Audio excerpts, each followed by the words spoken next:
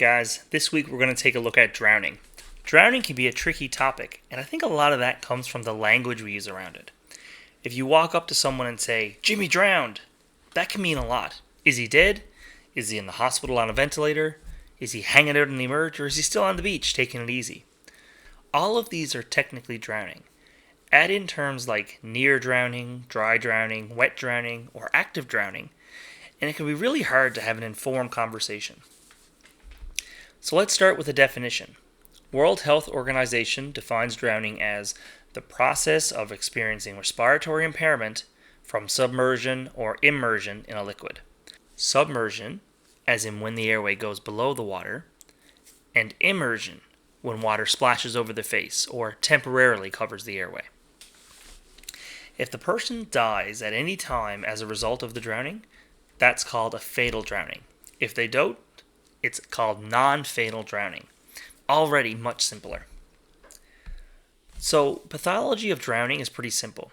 When water covers the face, either through submersion or immersion, the conscious response is to hold your breath. This will work for a minute or two, but eventually the inspiratory drive gets too high and you'll take an involuntary breath.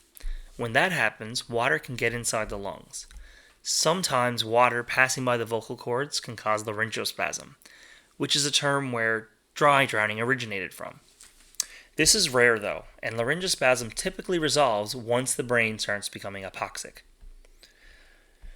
So water's in the lungs. The patient is becoming more and more hypoxic and starts involuntary gasping, inhaling more air and making the problem worse. If they aren't rescued soon, the hypoxia will lead to a loss of consciousness and then straight apnea.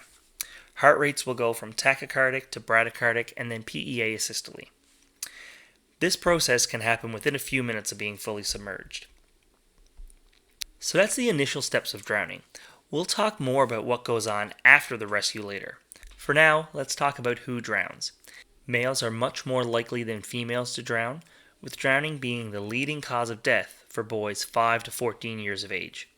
Some other key risk factors are lack of education, alcohol or substances that affect your judgment, medical conditions that can cause altered level of consciousness, history of arrhythmias or long QT syndrome, and people who engage in risky behaviors or dangerous underwater breath holding behaviors, DUBs.